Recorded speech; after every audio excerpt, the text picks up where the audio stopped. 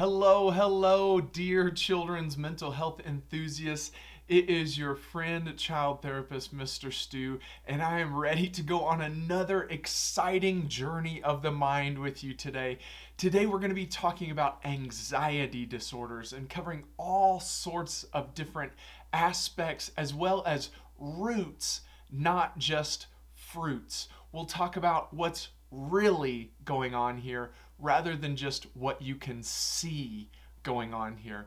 Before we jump into those specifics, I'll have a brief overview of neurotypical brain functioning. If you're feeling a little lost already, go back and check out the video I've already done that covers the neurotypical brain and neurotypical brain functioning. It'll help you have a shared vocabulary for what I'll be discussing today.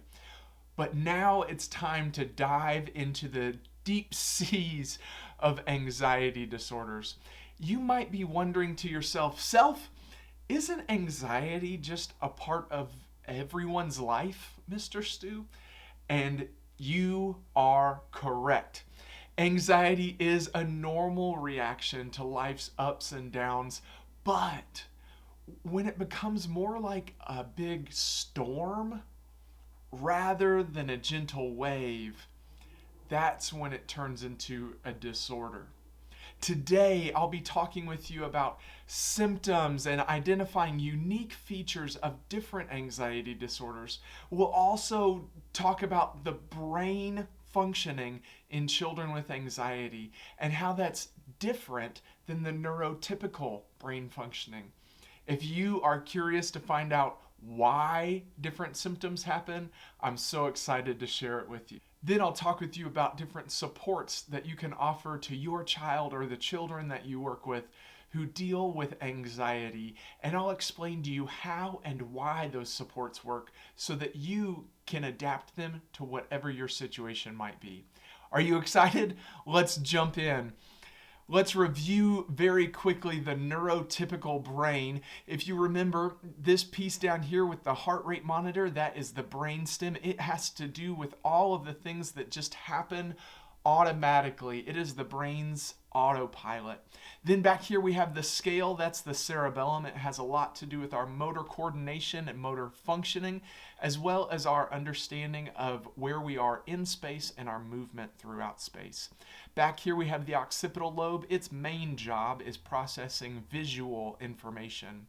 Up here we have the parietal lobe. It's involved with processing the senses of touch and taste, and you can see that taste is connected to the frontal lobe here. The frontal lobe has a lot to do with executive functions like problem solving, time management, and even resilience. A lot of that comes from up here in the prefrontal cortex as well. The parietal lobe has a lot to do with the sense of touch and taste, and you can see that taste is connected here to the frontal lobe. The frontal lobe has a lot to do with all those executive functions, things like problem solving, planning ahead, time management. Then we have the temporal lobe that's involved with auditory processing as well as processing the sense of smell. And this also has a lot to do with memory formation, and memory storing. Then there's this almond, and we're going to talk a lot about the almond today, dealing with anxiety. This piece of the brain is called the amygdala, and it is the brain's smoke detector. It goes off anytime it senses danger. Then we've got the main neurotransmitters of the brain. We've got dopamine, the brain's reward chemical. We've got serotonin, the brain's weighted blanket. It helps manage appetite and mood and sleep patterns. There's the steroid of the brain, norepinephrine, which helps to fuel this amygdala. So these two you'll see a lot today. Then there's GABA, gamma aminobutyric acid, which is a modulator that helps to slow things down and make sure that things don't get too excited. There's glutamate that helps form connections between different parts of the brain. And then there's cortisol, the brain's main stress hormone. That is just a brief review of the neurotypical brain before we jump into what's really going on here with anxiety disorders. But let's talk about how anxiety is just a normal emotion. It is a normal response to all the ups and downs that life has to offer. But if someone, especially a child, feels anxiety for a prolonged period of time, or if they feel an intense amount of anxiety before they're prepared to handle that anxiety, then it can cause an anxiety disorder. There are lots of different ways that these characteristics can show up in children, but some of the main characteristics are just that excessive and constant worry. That the child is just seemingly what is called hyper vigilant, that they're always just checking to see if something is going to go wrong.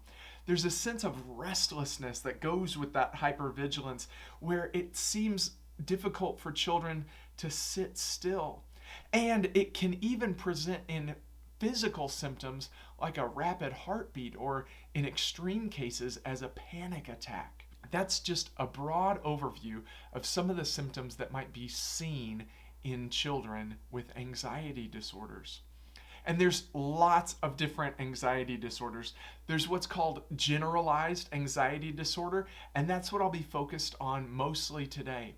Then there's also panic disorder, social anxiety disorder, separation anxiety, selective mutism, and specific phobias. But all of these things share this common core of anxiety. And while the specifics may differ from one specific disorder to another, in general, what I'll be talking about today will cover all of those anxiety disorders. Each of those disorders kind of represents a specific aspect of generalized anxiety disorder. Panic disorder is intense bouts of fear manifested physically. Social anxiety is worry tied to social interaction, so that excessive worry peaks in social situations. Separation anxiety focuses on fear of loved ones' separation. So again, that anxiety peaks when separated from a primary caregiver. Selective mutism is a severe form of social anxiety, and specific phobias center around particular triggers.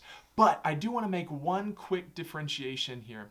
With specific phobias, if it is from out of nowhere, that would be considered an anxiety disorder. However, if there has been a traumatic experience with the thing that the person fears, then it could be that that person is actually dealing with trauma, which is different than an anxiety disorder.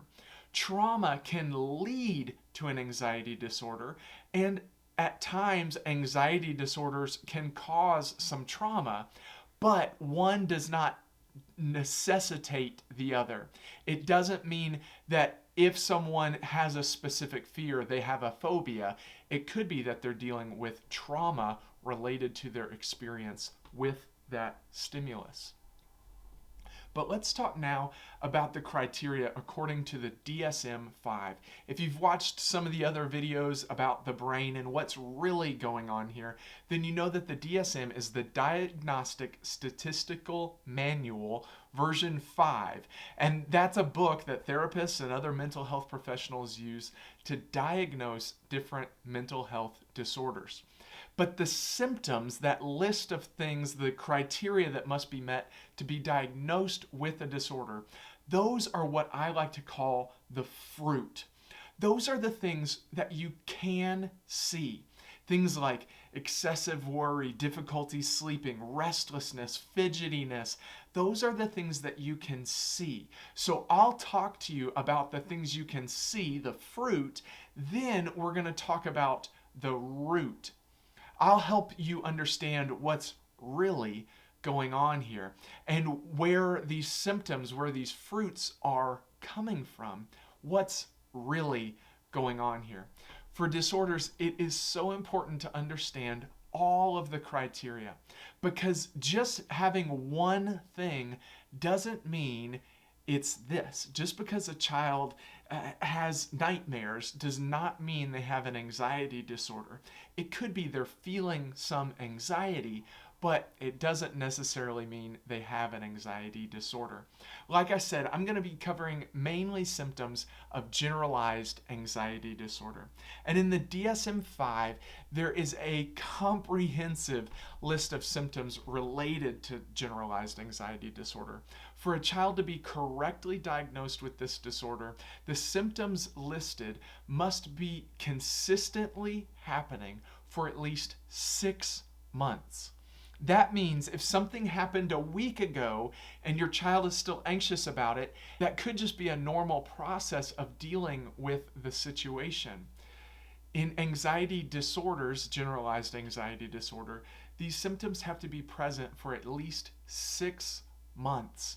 And they have to interfere with the child's regular functioning at school and in social environments. So if they're only nervous and anxious at school, that's something different. If they're only nervous and anxious when they're at home, that's something different.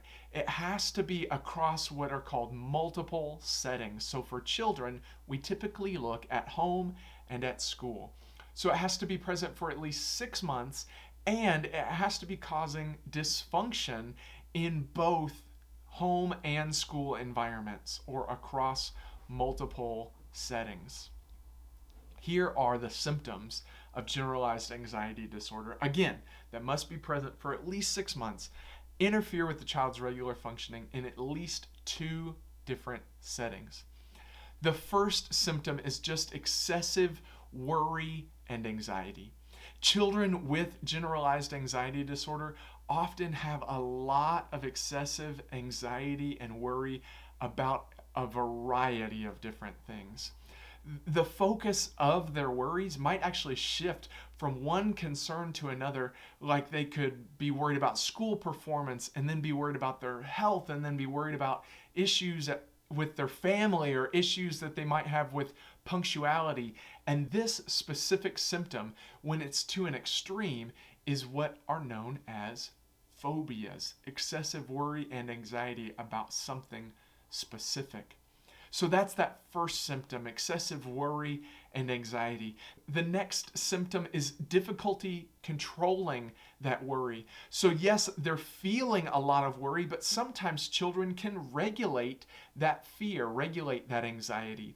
So if you're having excessive worry and anxiety, and that worry is difficult to control, then the child might even struggle to manage those anxious thoughts. And that can lead to a constant state of apprehension where they're looking around, always thinking that something's going to happen.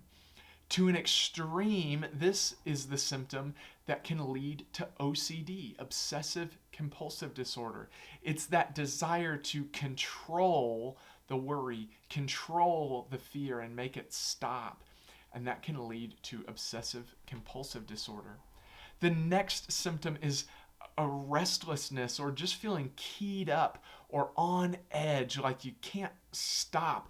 This is a symptom that sometimes presents in school, and teachers may believe that it's actually ADHD because they see a child who's restless and it seems like they're having difficulty sitting still.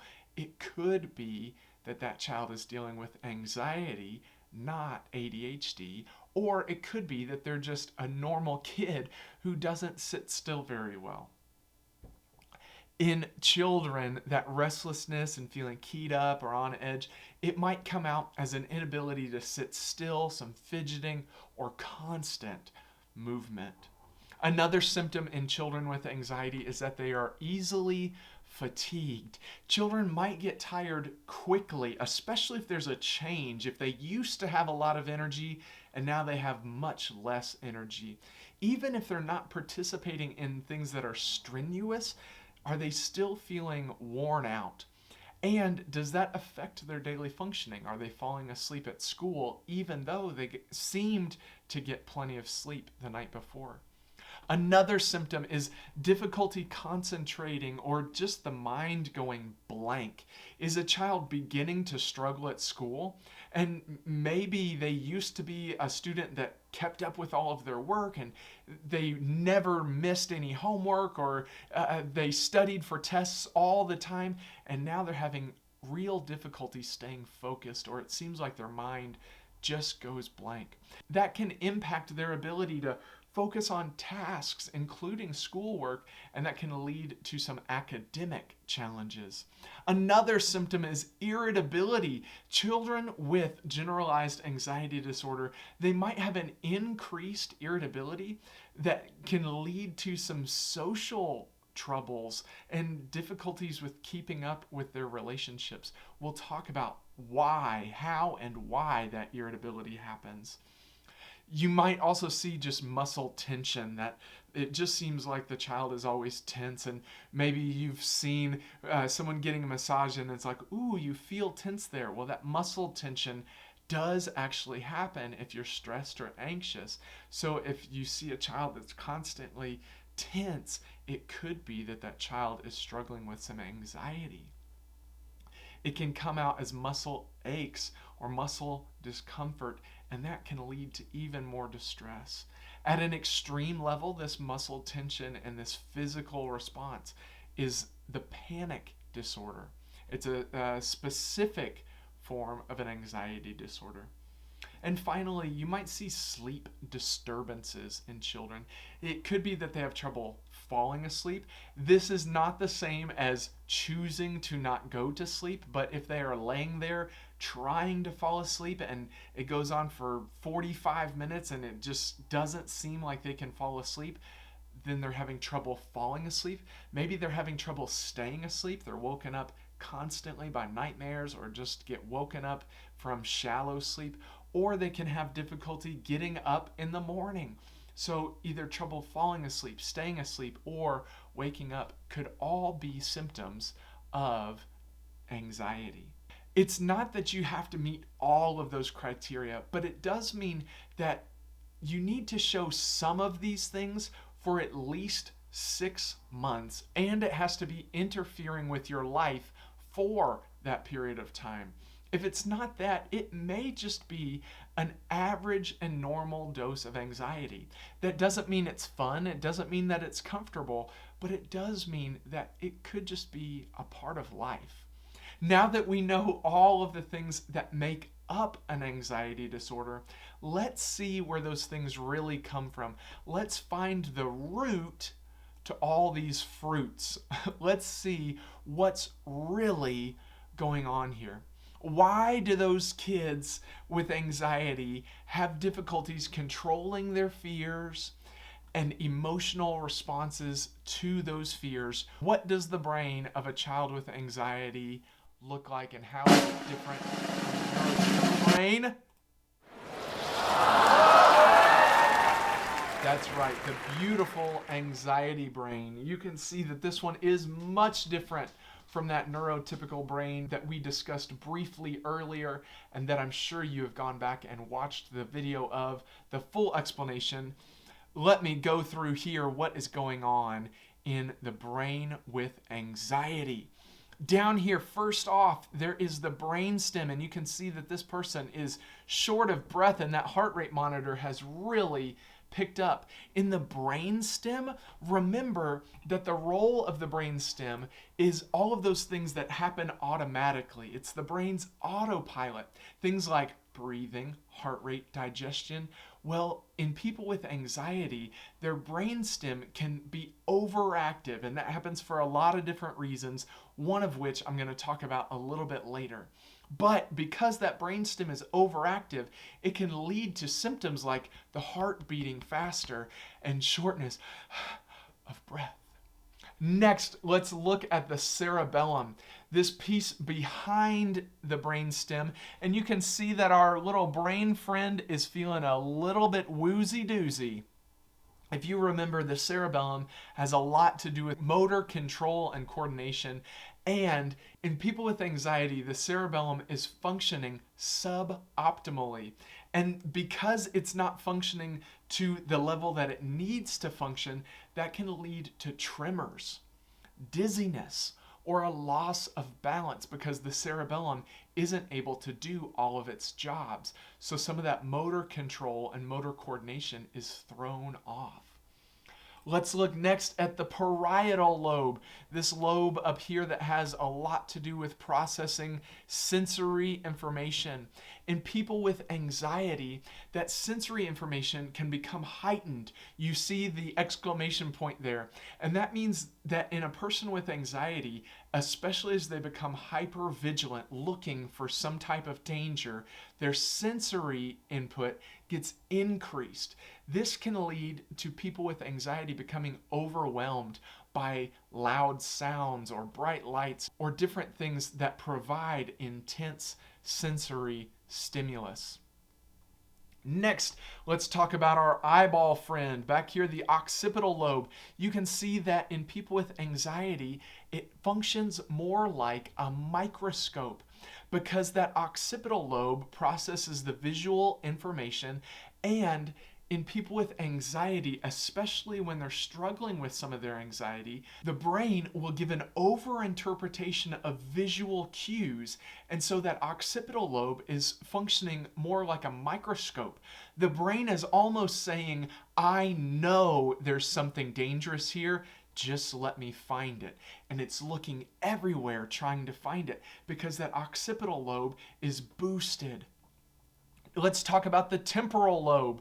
The temporal lobe, this middle lobe here, has a lot to do with our auditory processing, our smell processing, and you can see that that sense is also heightened. So it could be that people with anxiety, as they're struggling with their anxiety, they have an increased sense of smell and an increased ability to hear because those senses get heightened looking for danger. You can also see these two people here, and that's because the temporal lobe has a lot to do with memory, language, and social interaction. In people with anxiety, that part of the brain has difficulty functioning to the full level that it needs to, and so they might even lose their words, not be able to explain what they saw or what happened because that part of the brain goes offline a little bit as a person is struggling with their anxiety. And then let's talk about the frontal lobe. The frontal lobe here, you can see it used to have a light bulb and now it's offline. I'm going to tell you why it goes offline, but you can know that in people with anxiety, that frontal lobe is not functioning at the level that it needs to function when the person is dealing with their anxiety. So that role in decision making, that ability to plan, focus, and make decisions is inhibited. I know it's funny to watch in horror movies when the main characters are making terrible choices as they're dealing with whatever thing is coming for them. But really, that's how it works in anxiety. When someone is dealing with their anxiety, that part of the brain, the frontal lobe, is not fully online. And so it is more difficult to plan ahead and make decisions that will be best in the long run. And then the final piece of the brain that I want to talk about is that little almond. The almond, the amygdala. Remember that the amygdala is the brain's smoke detector. It's the brain's fear center, and it sets off an alarm anytime it senses danger. Well, there's some hyperactivity in the amygdala in people with anxiety disorders, and that can trigger a disproportionate fear response in those people. Let's talk now about why some of those things happen. Why is it that amygdala is heightened? And why is it that the frontal lobe goes offline? Why is it that those social interactions become more difficult? Why is it that the cerebellum gets a little bit wonky? Why is it that the brain focuses more attention in the occipital lobe and processing visual information? And a lot of it comes down to our little brain steroid friend, norepinephrine. This brain steroid in people with anxiety is at a heightened level. It is increased in people with anxiety. And so if it seems like they are hyper vigilant, that they have an overactive fight or flight, that's because their brain is literally pumping that part of their brain full of this brain steroid to make it stronger. The amygdala is hooked up to this norepinephrine, and that norepinephrine is fueling it and telling it to become stronger and react bigger and make sure that everything is perceived as dangerous as it can possibly be perceived, because we don't want to get hurt, and I am norepinephrine and I am here to protect the brain. And what happens in people with anxiety is when that amygdala turns on the alarm, there's a chain reaction of events. The amygdala turns on the alarm, and basically what it's saying is there is not enough time to think rationally right now. There is too much danger. I need you to just go on instinct. There is not enough time to think. So I'm going to turn off access to the frontal lobe, to that thinking part of the brain. So the amygdala turns off the access to the frontal lobe because it's saying, no, we cannot think right now. We just need to operate on instinct. Then it heightens the senses so that it can respond to any danger in the environment. In this situation, the amygdala also says, you know what? We don't need social information because we are looking out for numero uno. We are just looking out for me. And so it also cuts off access to being able to process a lot of social information. And it doesn't recall a whole lot of memory during this time because it's focused on what is happening right now. All because this amygdala triggered the fear response and cut off access to all these other parts of the brain because norepinephrine, that brain steroid, is here to fuel it. Also, decreased in the brain in people with anxiety are 3 other neurotransmitters. Dopamine, that reward chemical, is lower in people with anxiety disorders. A lot of times when they're feeling their anxiety, it's really hard for them to feel positive as well. Then there's a decrease in serotonin. We talked about restlessness and we talked about sleep difficulties. Serotonin regulates both of those things, and it's decreased in people who have anxiety disorders. There are medications called SSRIs that stands for selective serotonin reuptake inhibitor. And basically what that means is that because serotonin is depleted in the brain of people who have anxiety disorders, the SSRI, selective serotonin reuptake inhibitor, goes in the brain and makes sure that the serotonin that's there stays there. And it helps produce a little bit more so that the person can feel a little bit more baseline. A lot of times with anxiety disorders, people talk about feeling extreme high highs and very low lows, almost like a bipolar disorder.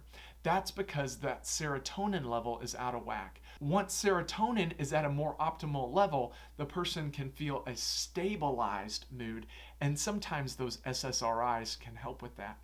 And finally, there's a decrease in GABA, in that gamma aminobutyric acid.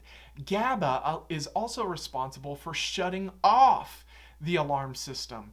But in people with anxiety, that GABA is decreased, and so when the fear response goes off, it is a heightened fear response, and many times these individuals can have a difficult time turning off that fear response because that neurotransmitter GABA is not there to help them.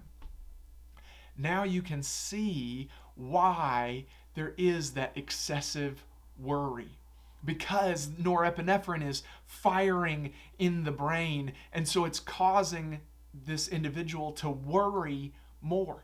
You can see why there's restlessness and sleep disturbances, because there's a decrease in serotonin. You can see why there's some difficulty in decision making and forgetfulness, because literally the frontal lobe that has all to do with those executive functions is offline in people with anxiety disorders.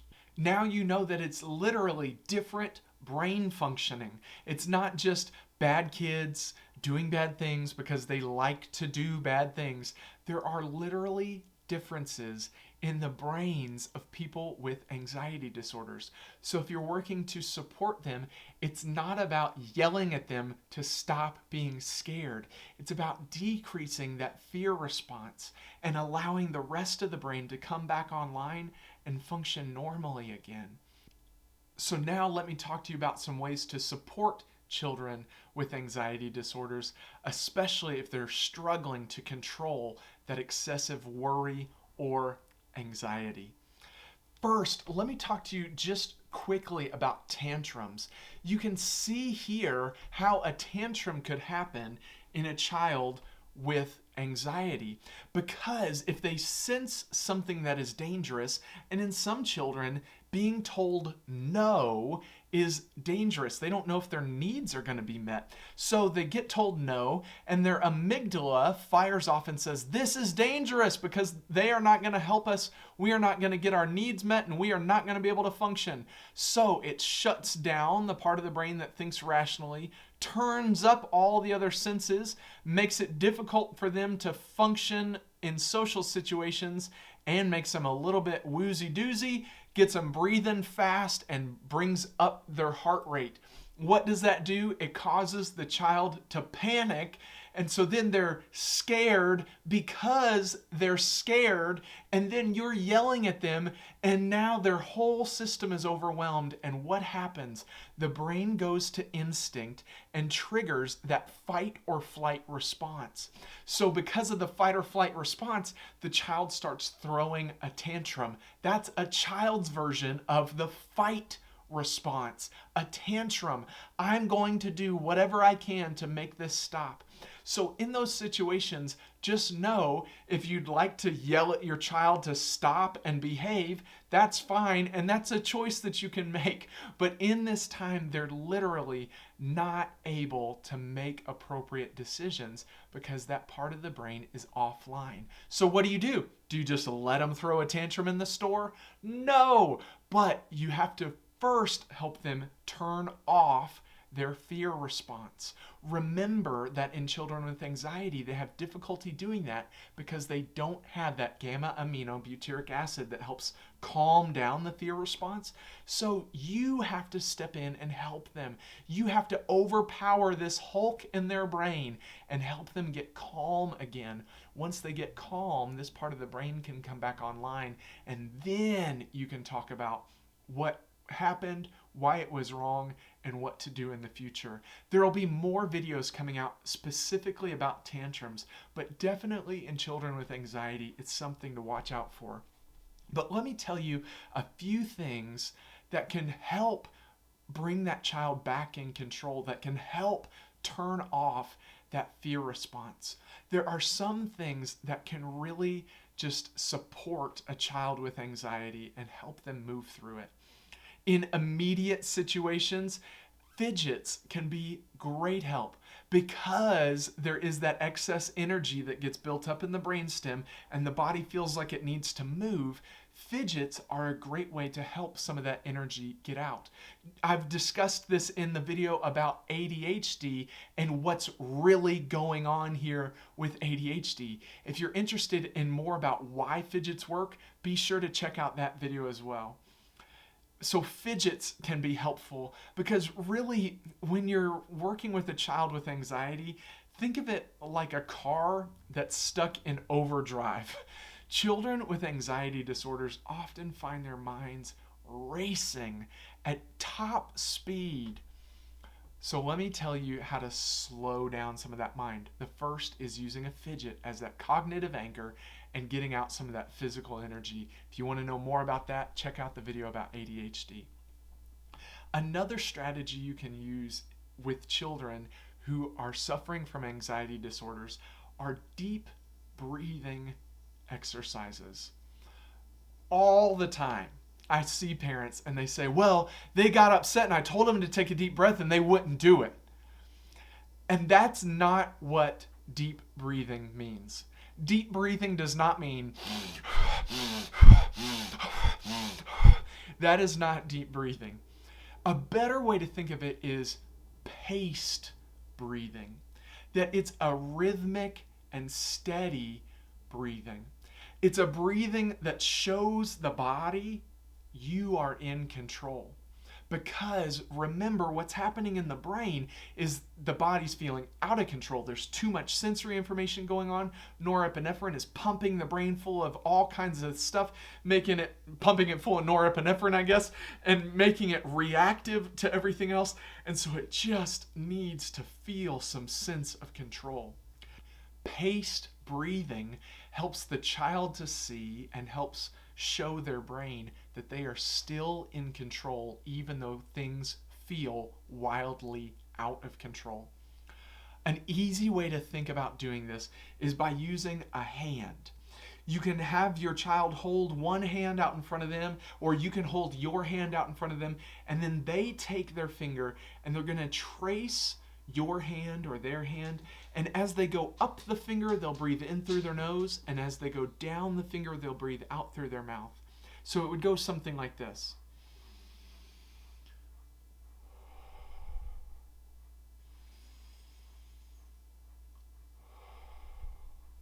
And you can see how this is different from what people typically think of when they think about deep breathing.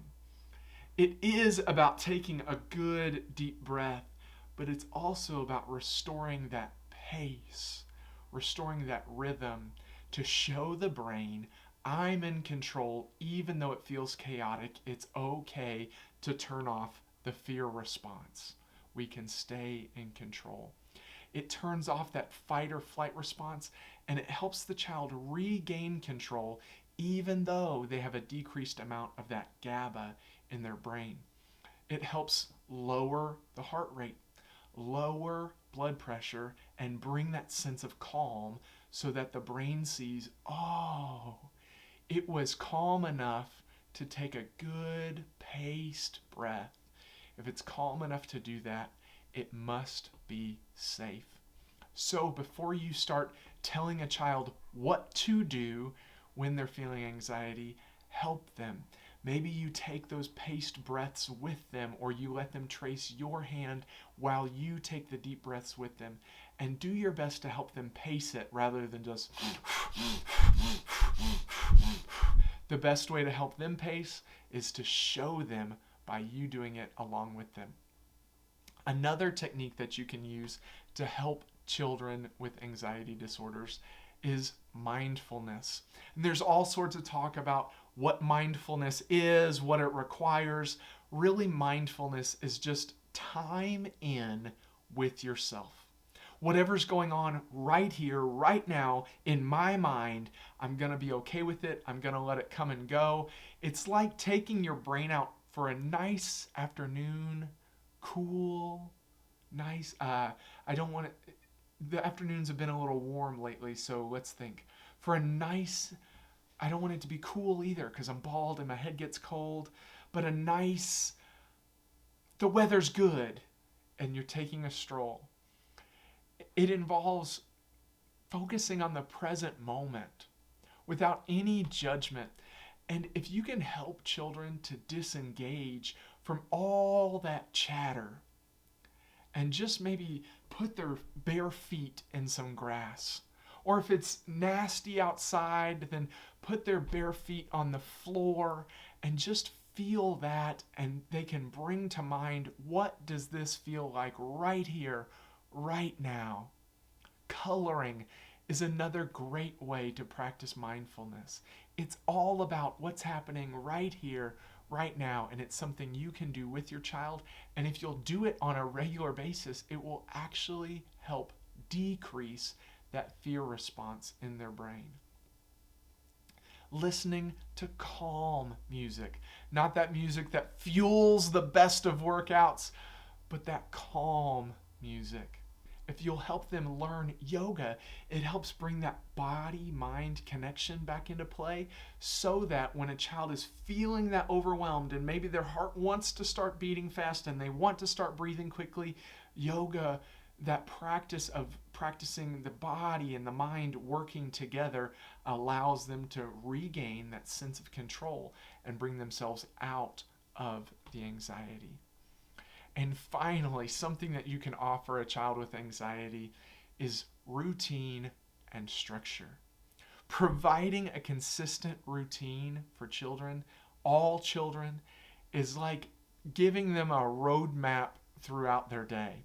It provides predictability so that their brain knows I don't have to constantly be looking for danger. I know what's going to happen next, and can offer that sense of control that gets lost because there's so much chaos going on in the mind.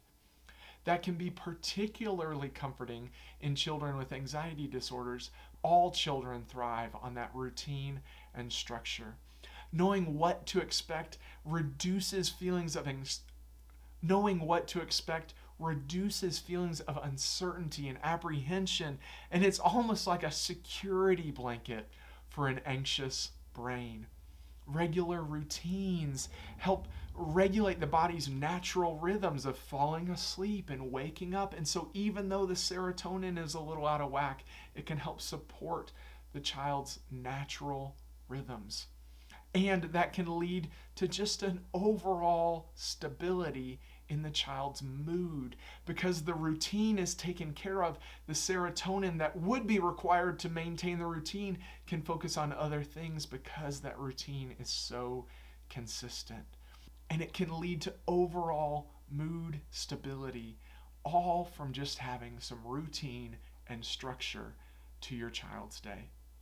Hopefully now you understand some of basic brain functioning, both in neurotypical children and in children who have differences because of anxiety. And you understand why those things are happening, what's really going on here. That difficult behaviors are not just bad children doing bad things because they like to do bad things, but there are roots to those fruits. There are reasons behind the things you can see. And now that you understand those things, you can figure out different strategies to support children with anxiety, because really the whole thing is about turning off that fear response to bring the whole brain back online and functioning properly.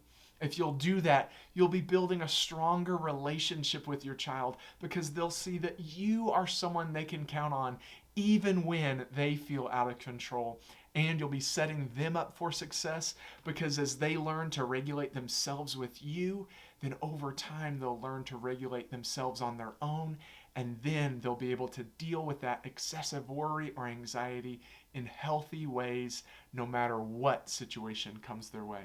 Be sure to check out the other videos about all the other childhood mental disorders and understand what's really going on here. It'll lead to greater empathy, understanding, and you'll be able to find out supports that work for you and your child.